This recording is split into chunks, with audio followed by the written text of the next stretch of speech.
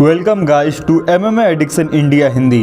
तो UFC flyweight interim champion Brandon Moreno को लेकर एक बहुत बड़ी खबर आ रही है। तो interim flyweight champion Brandon Moreno flyweight champion Deiveson Figueiredo से जनवरी में यूएफसी के 2023 के पहले पेपर-व्यू में फ्लाईवेट टाइटल फाइट को यूनिफाई करने के लिए फाइट लड़ने वाले हैं, जो डेविसन फिगरेटो के देश ब्राज़ील में होने वाली है। और ये एक हिस्ट्री मेकिंग फाइट होने वाली है, क्योंकि ये एमएमए या यूएफसी की हिस्ट्री में पहली बार होगा जब दो फाइटर्स एक दूसरे से चौथी बार फाइट करेंगे,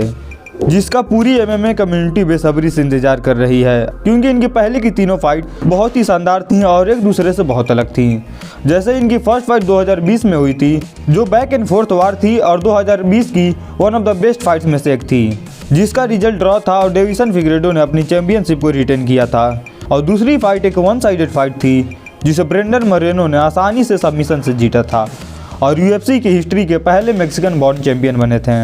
और तीसरी फाइट एक 5 राउंड्स की टेक्निकल फाइट थी, जिसे डेविसन फिगरेटो ने स्प्लिट डिसीजन से जीता था और अपनी बेल्ट को दोबारा अपने नाम किया था। और इन तीनों फाइट्स के बाद भी ये हम 100% श्योरिटी के साथ नहीं कह सकते हैं कि इनमें से बेटर फाइटर कौन सा है। तो इनकी फोर्थ फाइट मोस्ट लाइकली इनकी हिस्टोरिक राइवलरी का आखिरी चैप्टर होने वाला है, और इसीलिए इस फाइट के लिए कैजुअल फैंस का तो पता नहीं, बट हार्डकोर फैंस बहुत ज़्यादा एक्साइटेड हैं। पर इस फाइट को लेकर कुछ हफ्तों से एक बहुत बड़ी प्रॉब्लम सामने आ रही थी, जब ब्रेंडन मोरेनो के नए कोच जेम्स क्राउस के बेटिंग स्कैंडल में शामिल होने के हिंट मिलने के बाद यूएफसी ने उन्हें बैन कर दिया। और जेम्स क्राउस और उनके जिम से जुड़े फाइटर्स को ये भी चेतावनी दी गई कि वो जेम्स क्राउस से किसी भी तरीके से जुड़े रहें तो उन्हें यूएफसी में फाइट करने नहीं दिया जाएगा।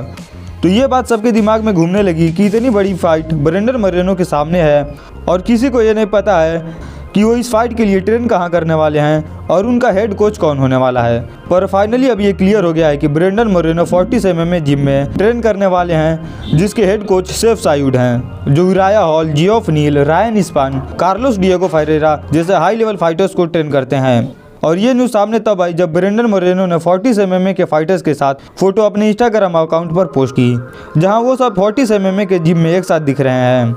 तो अब मैं ब्रेंडन मोरेनो की डेविसन फिगरेटो की चौथी फाइट के लिए 40 एमएमए में ट्रेन करने के डिसीजन पर अपना ओपिनियन दूं तो ब्रेंडन मोरेनो ने जिम तो सही चुना है, और 40 एमएमए के head coach safe side MMA के बेस्ट कोचेस में से भी एक माने जाते हैं। तो मैं मानता हूँ ब्रेंडन मोरेनो ने डिसीजन तो सही लिया है, पर अब ये देखना इंटरेस्टिंग होगा कि ब्रेंडन मोरेनो और सेफ साइड का तालमेल कैसे बैठता है, क्योंकि एक नए कोच के साथ फाइटर्स को तालमेल बैठाने में बहुत टाइम लग जाता है, क्योंकि हर कोच का एक डिफरेंट कोचिंग सिस्टम होता है और उसके हिसाब से